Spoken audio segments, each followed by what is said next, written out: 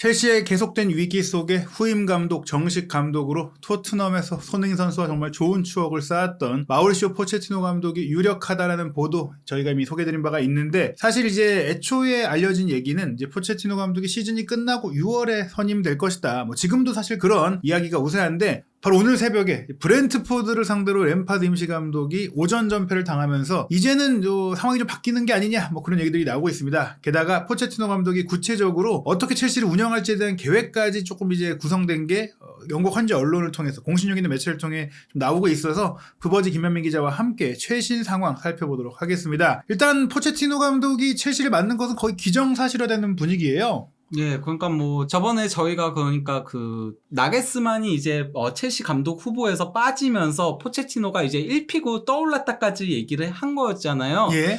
그러고 나서 이제 최근 들어가지고 거의 근접했다는 보도들이 이제 영국 유력 매체들에서 나오고 있는 건데요. 예. 먼저 그 4월 24일에 가장 먼저 그 가디언 정론지죠. 여기서 이제 그 포체티노와 첼시 계약이 근접했다라고 보도를 했고요. 그리고 이제 곧바로 하루 뒤에는 포체티노가 새 첼시 시대의 완벽한 핏이다, 이렇게 얘기를 하면서 뭐라고 얘기했냐면요, 제목 자체가 무자비한 포체티노, 새로운 첼시 시대를 하나로 묶을 수 있는 완벽한 핏이다, 이렇게 제목을 뽑고, 그 내용에 대해서는 어떤 거가 있었냐면요, 첼시는 슈퍼스타들의 자존심을 살려줄 수 있으면서도 어린 선수들을 육성할 수 있는 초카리스마 유형의 거물급 감독이 필요하다.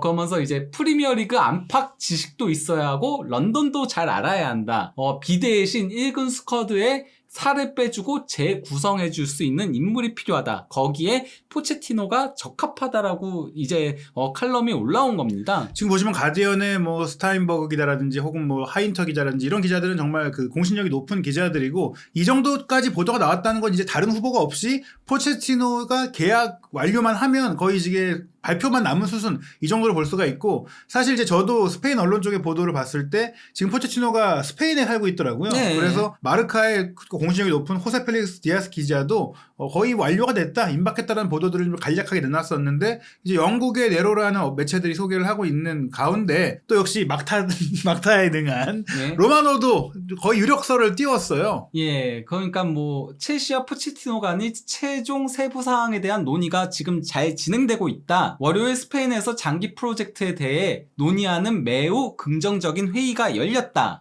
모든 당사자는 완전한 합의가 곧 완료되기를 기대한다라고 이제 26일에 올린 겁니다. 예, 그러면서 점점 가속화되고 있고 포체티노로 몰리고 있는데, 사실 이제 앞서서 저희가 이제 토트넘의 새 감독을 구한, 그런 콘테 후임을 구하는 상태에서 포체티노는 조금 아쉽다, 여러 가지 그런 무슨 얘기를 하면서도 우선순위가 아니다, 이런 얘기들을 드렸었는데, 갑자기 첼시에서는 또 가장 이상적인 감독이다라고 하는 이런 그림이 굉장히 좀 흥미로운 구도인 것 같아요. 약간 뭐 근데 그런 것도 있는 거죠. 일단 뭐 그 첼시 같은 경우는 지금 어린 선수들 위주로 이제 장기 프로젝트를 이끌어 나가고 있잖아요. 그런데 이제 포체티노가 그래도 토트넘 시절에 장기 프로젝트를 이끈 그런 능력은 있고, 그리고 무엇보다도 그러니까 저는 포체티노 토트넘은 조금 아니다라고 얘기했던 게, 토트넘에서 결국 안 좋게 헤어졌잖아요. 예. 헤어진 사람과 다시 만나는 거는 그다지 또 그렇게 좋게는 안 끝나는 경우들이 많아서, 예. 그래서 그런 거고, 이제 첼시는 처음 만나는 거니까 뭐 완전 나쁜 선택까지는 아니라고 생각해요. 다만 이제 그 어느 정도 기반을 마련하게 된다면은 이제 우승과 관련해서는 또 이제 다른 감독 선임 쪽으로 이동할 필요성은 있긴 하겠죠. 예. 하지만 현재로서는 솔직히 뭐 첼시가 중위권 팀이잖아요. 중위권도 아니죠. 중하위권이죠. 그 팀을 끌어올리고 젊은 선수도 많고 뭐 이런 것들이라면 이제 포체티노가 본인의 능력을 그렇죠. 발휘할 수 있는 데다가 뭐 엔리케든 나겔스만이든 프리미어리그 경험이 없다 보니까 네. 지금 발등에 불이 떨어진 첼시 입장에서는 경험자가 낫다. 그러다 보니까 이제 영국 공영방송 BBC까지도 보도를 했다는 건 거의 이제 거피셜 아닙니까? 예, 뭐 BBC 같은 경우는 포체티노가 램파드에 뒤이어서 첼시 감독직을 맡는다라고 이제 보도를 하면서요. 그러면서 이제 그 내용이 어떤 거냐면요, 협상 막바지에 이르렀다. 다만 이제 즉시 부임할 것인지 램파드가 시즌 끝까지 계획대로 남을 것인지는 아직 알려지지 않았다. 포체티노는 첼시의 초기 접근은 거절했지만 이제 첼시가 그에게 1군 운영 그 이상의 정보와 영향을 미칠 수 있는 통제권을 기꺼이 넘겨주기로 결정했기에 이게 성사된 것이다라고 얘기한 겁니다. 얘기해 보면은 이제 처음에 협상을 했을 때 사실 그 얘기가 있긴 했었잖아요. 근데 그때는 이제 헤드 코치 정도의 역할이었다면 지금은 좀 광범위하게 매니저에 준하는 그런 역할을 보장해주면서 좀 설득한 게 아니냐. 네, 다만 근데 이러면은 토트넘 팬들 입장에서는 약간 조금 이거 위험한데라고 생각할 수 있겠죠. 왜냐면 포체티노 감독이 감독직만 했을 땐 정말 잘했었거든요. 예. 근데 폴 미첼이 떠나고 나서 본인이 이제 선수들을 영입하면서 그때 이제 은돈벨레라던가 로세스라던가 그렇죠. 다 영입을 하고 그래서 망해서 그렇게 됐던 그렇죠. 거였잖아요. 돈을 안 쓴 건 아니었는데 뭐 어찌됐거나 지금은 사실 선수를 다 영입해 놨기 때문에 굳이 뭐 포체티노가 뭐 영입할 그 선수는 없을 예, 것이다. 그건 맞아요. 지금 그러니까 모든 매체들이 하는 얘기가 뭐냐면요. 지금 첼시는 선수단을 비우는 게 중요하다. 영입하는 게 중요한 게 아니고 다만 영입을 한다면은 공격수와 골키퍼 이 두 포지션을 보강할 것이다라고 예상들을 다 하고 있어요. 그리고 중요한 부분은 시즌이 끝나고 다음 시즌부터 할지 아니면 시즌 중에라도 올 수 있을지가 미정이라고 한 얘기는 실제로 이제 램파드 체제가 정말 큰 위기면 서둘러서 올 시즌 안에 긴급 부임도 가능한 여지를 남겨둔 건데요. 예, 근데 이제 이건 BBC의 이제 해당 내용에 이제 뒤에 전문가들의 사견들이 이제 붙은 건데요. 먼저 그 뉴욕 타임즈에서 기자로 일하고 있는 로리 스미스 같은 경우는 포체티노 선임에 대해서 뭐라고 얘기했냐면요. 포체티노는 첼시의 아주 좋은 임명이 될 것이다. 만약 내가 포체티노였다면 첼시의 비전이 무엇인지에 대한 두려운 마음을 가지고 몇 가지 시급한 질문들을 했을 것이다. 이런 얘기가 나오는 것 자체가 운영이 지금 조금 문제가 있다는 그렇죠. 소리인 거예요. 예. 그러면서 난 보엘리에게 이 모든 선수들과 무슨 생각을 가지고 계약을 했는지 너무 많다라는 예. 거죠. 그리고 또 그의 계획이 무엇인지 물어볼 것이다. 그의 대답에 따라 내가 성공할 준비가 되어 있는지 막연한 생각을 하게 될 것이다. 포체티노는 완벽하게 일리가 있는 선택이고 그는 토트넘에서 우승하지 못한 점 때문에 부당하게 기억되고 있다고 나는 생각한다.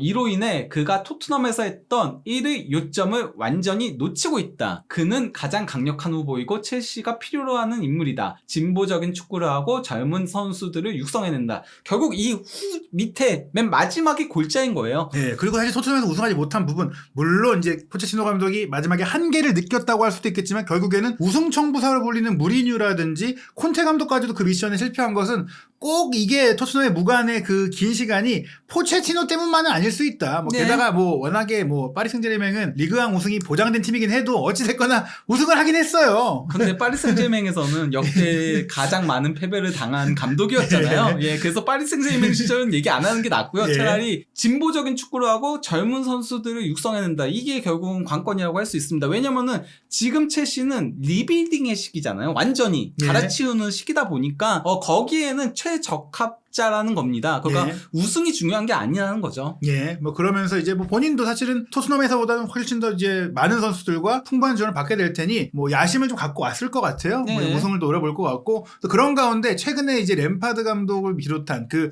보일리 구단주의 그 일화들이 나올 때 좀 논란이 된 게 라커룸에 가서 혹은 네. 훈련장에도 자주 가서 네. 사실 보통 그렇진 않잖아요. 네. 선수들에게 뭔가 메시지도 전하고 이거 좀 월권 아닌가 이런 얘기들도 좀 있었거든요. 실제 뭐 벵거 감독은 자기는 계약서에 적는다. 아예 못 오도록. 그리고 이거는 말이 안 된다라고 얘기했었거든요. 네. 그러면 안 된다라고 그랬는데 크리스 서튼 뭐 예전에 그러니까 블랙번에서 득점왕도 하고 또 이제 뭐 첼시에서 뛴 적이 있었죠. 예, 서튼이 이제 첼시가 포체티노 선임하는 건 말이 되는 일이라고 생각한다. 그러니까 충분히 납득된다라는 거죠. 그러면서 만약 내가 포체티노라면 보엘리에게 묻고 싶은 질문은 그가 라커룸에 오지 않을 것인가라는 점이다. 예. 포체티노는 완벽한 통제를 원할 것이고 라커룸에 누가 오는 걸 원치 않을 것이다. 보엘리는 너무 실천적인데 그러니까 본인이 직접적으로 예. 너무 그런다는 건데 포체티노는 첼시에 간다면 본인의 방식대로 하고 싶을 것이다. 그럼에도 첼시는 매력적인 제안이다. 사실 이제 뭐 보일리가 안 좋은 의도로 간 건 아니겠지만 분명히 그것이 감독의 조금 이제 통제권을 흔들 수가 있어서 예를 들어서 굳이 온다면 막 우승해서 정말 기분이 좋을 때 뭐 이제 좋은 얘기 할 때 덕담이나 할 때 와야지 위기 상황이든지 뭔가 그 네. 변화가 필요할 때 개입하지 말아라. 아마 그런 것들도 부임할 때 협상할 때 얘기가 나오지 않았겠느냐 이런 얘기들이 많이 나왔어요. 네. 이런 건데 뭐 스카이 스포츠에서도 그러니까 포체티노와 이제 최종 계약서 그 사인만 남은 단계라고 했고 다음 주에 이제 발표할 예정이라고 하긴 했는데요. 네. 근데 이제 그 스카이 스포츠 같은 경우는 다음 시즌 부임할 것이라고 얘기를 하긴 했었죠. 예, 다만 이제 여기서 구체적으로 얘기한 게 흥미롭게도 이제 계약서가 이미 발송이 됐다. 즉 계약서까지 검토하고 있으니까 사인만 하면 끝이니 발표도 곧 이루어질 수 네. 있다. 즉 다음 시즌에 부임을 해도 어차피 램파드 감독 임시 감독이었기 때문에 네. 그냥 다음 주에 오피셜 띄울 수도 있다는 네. 얘기예요. 대부분의 매체들은 결국은 그래도 다음 시즌 부임할 것으로 보고 있긴 해요. 예. 이런 가운데 이제 맨로 기자, 그 첼시 1티어죠. 그 첼시 선수들이 포체티노 선임 전망에 흥분하고 있다. 라커룸에선 구단의 움직임이 환영받고 있다. 긍정적이고 기대에 찬 반응을 보이고 있다라고 보도를 한 바 있었는데요. 이건 예. 좀 23일 보도입니다. 조금 예. 예전 보도이고, 그러고 나서 이제 27일 날 이제 맨로 기자도 뭐라고 얘기했냐면요. 포체티노가 에이전트를 쓰지 않고 본인이 직접 이제 모든 협상을 했다라고 한 겁니다. 그만큼 적극적이었고 첼시 감독에 부임하고 싶어하는 의사가 강했다라는 소리인 거고요. 예. 그러면서 뭐 첼시는 오는 주말이나 다음 주 초까지 포체티노 선임 계약을 마무리하려고 하고 있다라고 한 건데요. 이 부분이 이제 의미가 있는 게 첼시가 오는 주말에 경기가 없어요. 그러니까 아스널과 경기를 하기 전에 공식 발표를 띄울 수 있다. 그 정도로 많이 진전이 됐다라는 얘기인데요. 네. 그런 가운데 이제 에이전트 풀이라는 얘기는 말씀하신 대로 원래는 에이전트가 다 해놓고 막판에 감독이 와서 사인하는 경우들이 있는데 애초에 이런 세부 사항들 부임했을 때 고민되는 부분들까지 네. 포체티노가 직접 소통을 해가지고 풀었다는 네. 얘기예요. 다만 이제 맨로 기자도 다음 시즌에 부임할 것이다라고 보도를 했었던 거였는데요. 예. 네. 브렌트포드전에도 패하면서 5전 전패, 5경기 1득점 9실점이라는 처참한 성적을 램파드가 기록을 하자 곧바로 본인의 기사에다가 위에다가 적은 겁니다. 이제 포체티노는 본인의 가격을 말할 수 있을지 모른다. 이 예. 얘기는 당장 연봉 달라고 하고 부임할 수 있을지도 모른다는 얘기인 겁니다. 예, 실제로 맨로 기자가 뭐 첼시와 토트넘의 뉴스를 많이 보도하지만 기본적으로 첼시 담당 기자로서 그렇죠. 유명했고 지금도 주력으로 활동하고 있어요. 다만 이제 텔레그래프의 토트넘 담당 기자가 디애틀레틱으로 이직하면서 그 대체 기자가 아직도 없어서 맨로 기자가 토트넘까지 하는데 첼시가 이렇게 패배하고 나면 원래 기사도 많이 올리지만 트윗 자체도 많이 올리잖아요. 네. 근데 따로 올린 트윗이 요거 하나였다. 네, 그러니까 이번 경기에 대한 트윗은 하나도 없더라고. 저 놀랐어요. 그러니까 뭔가 그 램파드 기자회견이라던가 뭐 이런 아니면은 뭐 그런 것들이 올라올 줄 알았거든요. 그리고 개인의 사견 같은 것도 올리잖아요. 그렇죠. 뭐 그래서 뭐 이 경기 뭐 센터백들이 망했네, 뭐 공격수들이 망했네, 막 이런 얘기도 하는데 하나도 안 올리고 딱 이거 하나만 올렸어요. 근데 이거 좀 강력한 걸 올린 거죠. 즉 임시 감독인 램파드가 물러나고 포체티노가 시즌 중 부임할 수 있다는 힌트와 여지를 남긴 건데요.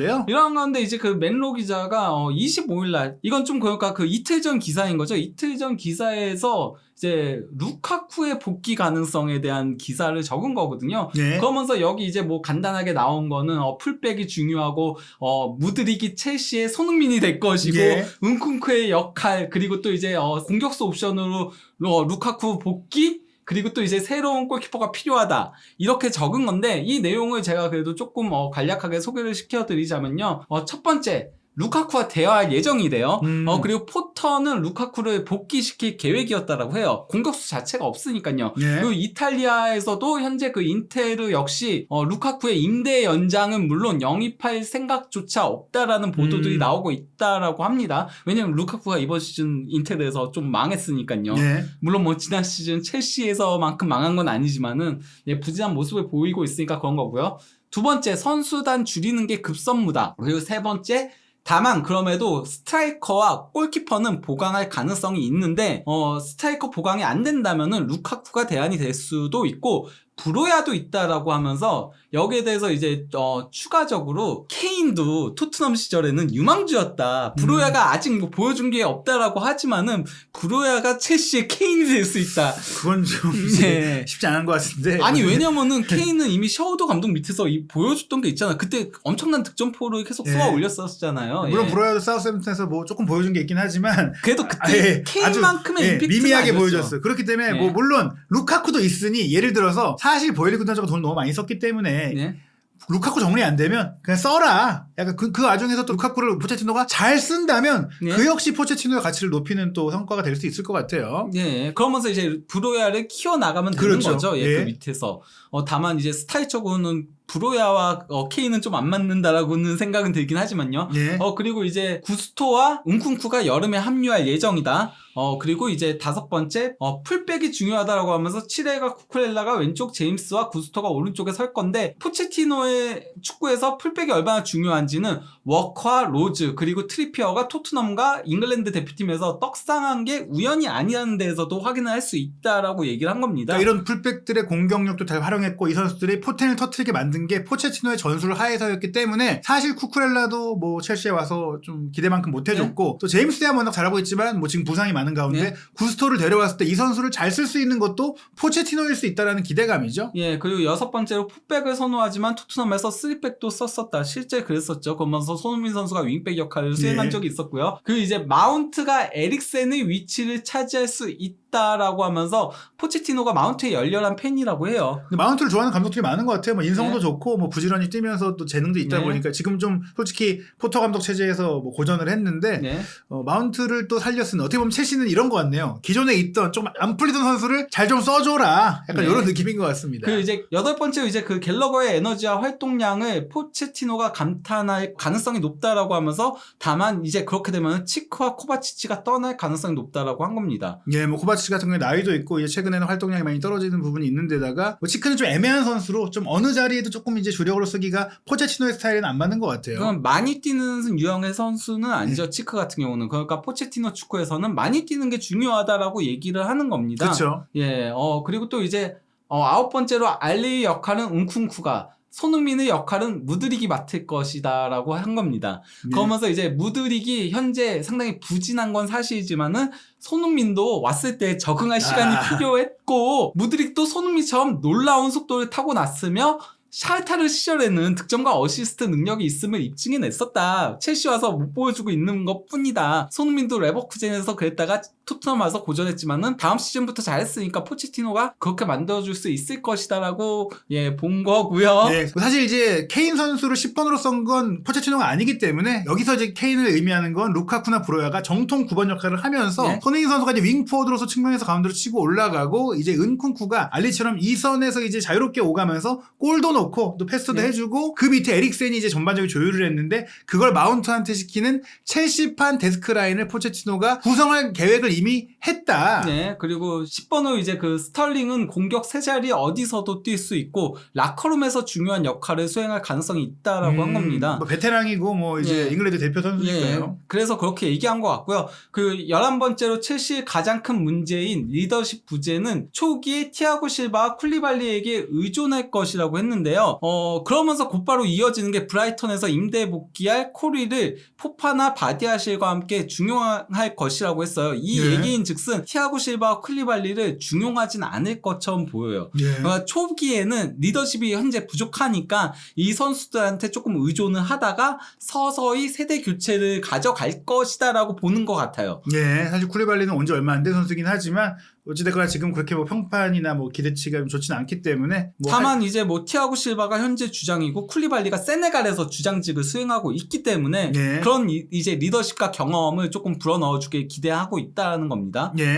그리고 이제 마지막으로 케파와 경쟁하거나 대체할 새로운 영입이 필요하다라고 한 건데요. 자꾸 그러니까 지금 영국 쪽 언론들에서는 다들 그 골키퍼는 무조건 영입할 것이다라고 보고 있더라고요. 근데 케파 이번 시즌 굉장히 잘하고 있지 않나요? 케파 잘하고 있고 뭐 투자한 돈을 이제야 조금 이제 뽑는구나라는 얘기가 듣는데 또 이 선수를 또 그냥 싸게 주진 않을 거 아니에요. 비싸게 샀는데. 뭐 그래가 저도 이제 최근에 보도를 보니까 뭐 인테르의 오나나랑 바꾼다 뭔 얘기겠지만 뭐 인테르가 미치는 장사를 할 리도 없고 전 약간 좀 이해하기가 어려운 그 소문인 것 같습니다.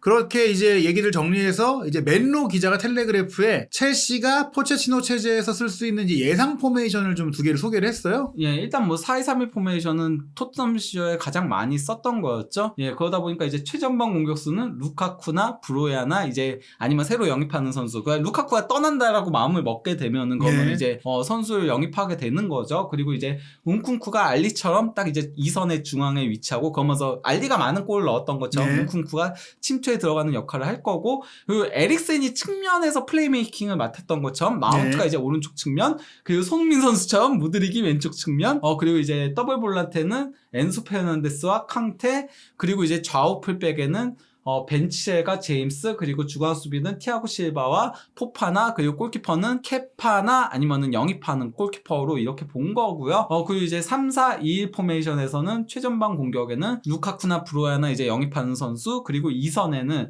스털링과 은쿵쿠 그리고 좌우 윙백의 7회가 제임스 그리고 더블 볼란테는 그대로 엔소와 캉테 그리고 백스리를 티아고 실바를 중심으로 포파나와 코릴이 설 걸로 예상을 한 겁니다. 예, 3백으로 바꾸면 이제 무드릭 조금 희생이 되면서 뭐 스털링을 좀 활용한다 이렇게 전망한 것 같네요. 사실 백스 있을 때 손흥민 선수도 윙백에서 뛰고 있긴 예, 했었잖아요. 그렇기 때문에 이제 무드릭을 그렇게 쓰기는 어렵기 때문에 수비력이 너무나 좀 부족하기 때문에 뭐 현재의 전망으로는 스털링을 조금 이제 중요하는 건 3백일 것이다라고 전망을 한 건데 뭐 그럴듯한 전망이고 또 사실 말씀드린 대로 웬로 기자가 토트넘도 열심히 잘 취재하기 때문에 포체티노랑 교집합으로 잘 분석 기사를 쓴 것 같아요. 근데 중요한 건 이제 뭐 이 영입에 대한 얘기도 있긴 하지만 시즌 중에 부임하더라도 이렇게 즉각적인 좀 효과를 낼 수 있는 기대감이거든요. 이 시즌 중 부임 가능성 좀 어떻게 보시나요? 저는 당장 그냥 부임시켜야 된다고 생각해요. 그러니까 예. 전망이 중요한 게 아니고요. 예. 예, 현재로서는 진짜 위기 상황에 직면했기 때문에 아스널전 전에 부임을 시켜서 지금 그가 일주일간의 여유가 있을 때 부임을 시켜야지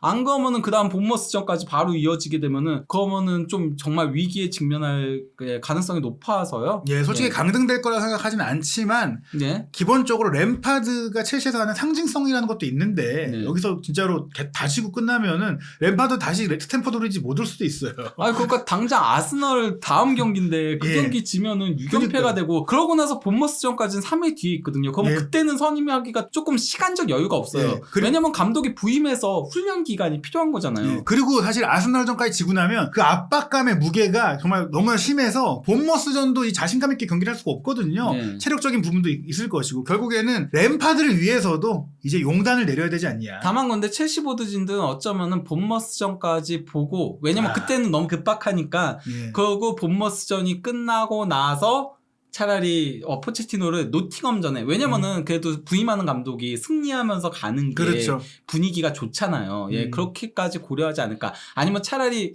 뭐 아스날전까지 진다면은 살토르 임시 감독을 다시 한번 이게 뭐 어떻게 될지 정말 한치 앞을 알 수가 없을 것 같은데요. 네. 근데 저희가 봤을 때는 이 아스날과 경기 전까지 많은 이슈와 소식들이 나올 것 같아요. 네. 새로 이야기가 나오는 대로 이제 첼시의 전망과 또 포체티노 체제의 첼시는 어떻게 운영이 될지 그리고 첼시의 상처 입은 레전드 램파드의 앞날은 어떻게 될지 한준TV에서 그 결과 확인하시기 바랍니다.